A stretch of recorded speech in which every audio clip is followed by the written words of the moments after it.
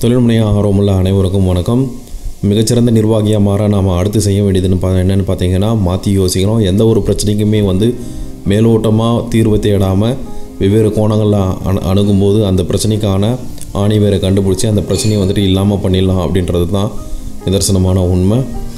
So இதுக்கு ஒரு உதாரணமாக ஒரு விஷயத்தை சொல்கிறேன். நான் சி.கே. ரங்கநாதன், நம்ம தமிழ்நாட்டோட மிகச்சிறந்த தொழிலதிபரான சி.கே. ரங்கநாதன் மூளைத்தனம் அப்படின்ற ஒரு புத்தகத்தை எழுதியிருக்காரு.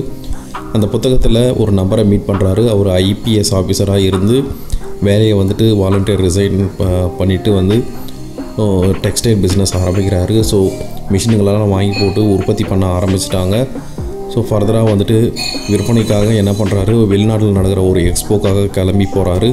அந்த இடத்துல இவர் ஸ்டால் வைக்கிறதுக்கான அனுமதியை ஏற்கனவே வாங்கிட்டு இருந்தார். ஆனால் அங்கே போகும்போது தான் தெரிஞ்சிச்சு அந்த ஸ்டாலை வேறு ஒருத்தருக்கு கொடுத்துட்டு இருந்தாங்க.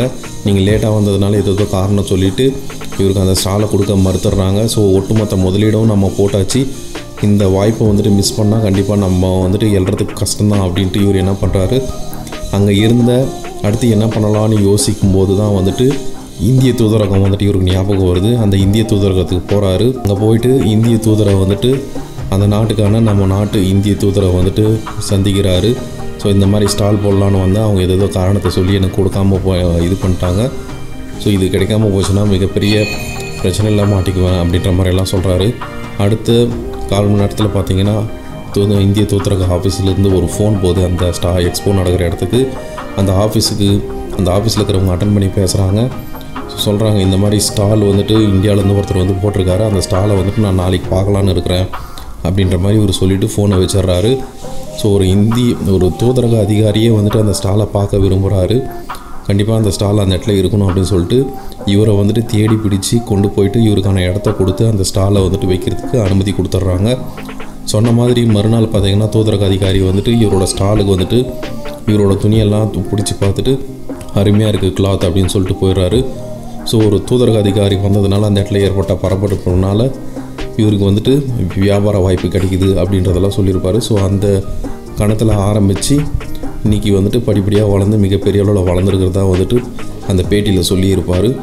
ஸோ இதுதான் சொல்ல வர்ற பாயிண்ட்டு.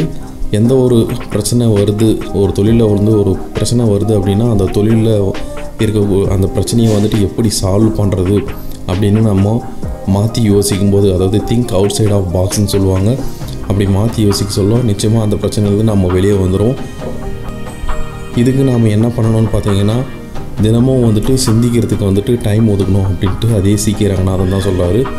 குறைஞ்சபட்சம் 1 மணி நேரத்தில் 2 மணி நேரம் நம்ம சிந்திக்கிறதுக்கு நேரம் ஒதுக்கும்போது நம்ம தொழிலில் ஏற்படக்கூடிய பிரச்சனைகளை நம்மளால் சால்வ் பண்ண முடியும் அப்படின்றத சொல்கிறாரு.